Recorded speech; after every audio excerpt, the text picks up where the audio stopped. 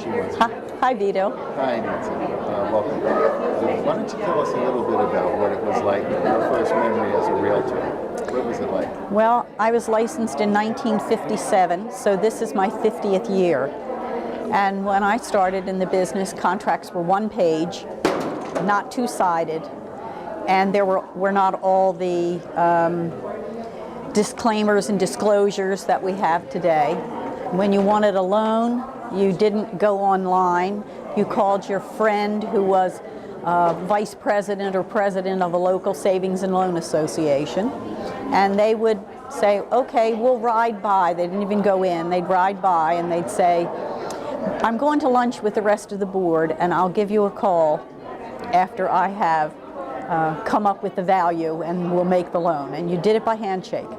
Times have changed. Times have changed, very much so. And let me take us back to when you were president at GBBR. What was it like? What were some of the significant things that happened? Okay, I was president in 94, 95, and the market was pretty rough at that time. And one of the things was my job was to do the interviews with the Sun papers and the local press and try to put a happy spin on what was not a very happy market. But we all survived and got through that market and then had some very, very wonderful years. But you're a practicing realtor today still. Yes. Yes, my daughter and I are partners, and my daughter's been in the business since, well, 30 years now, because she was still in school, in college, when she got her license and started in the business with me. Tell us how you feel about the future, both as a practitioner and as somebody who's been instrumental at the foundation and formation. Well, I think the future of the real estate business is excellent. The people that are fairly new in the business experience the last 6 years of really a hot market. And people could ask anything for their properties and get it. There were more buyers than there were houses to sell. And so people went through that spell thinking things would be that way forever.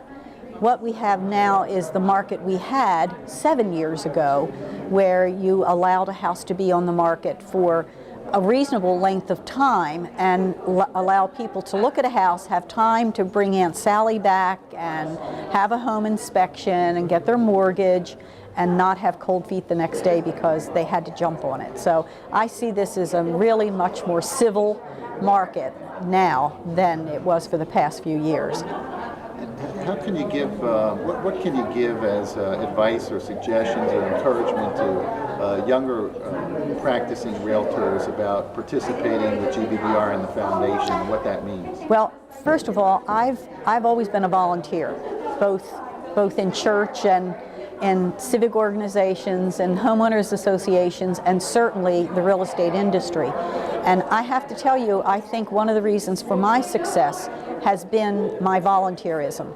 It gives you a sense of confidence when you're working with buyers and sellers.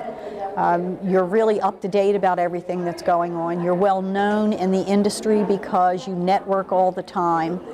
People know they can ask you a question and get the right answer.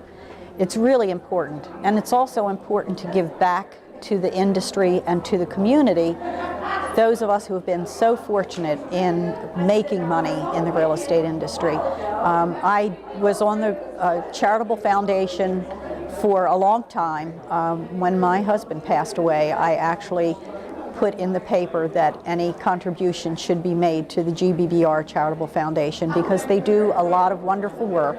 And my husband had been a realtor also for over 50 years.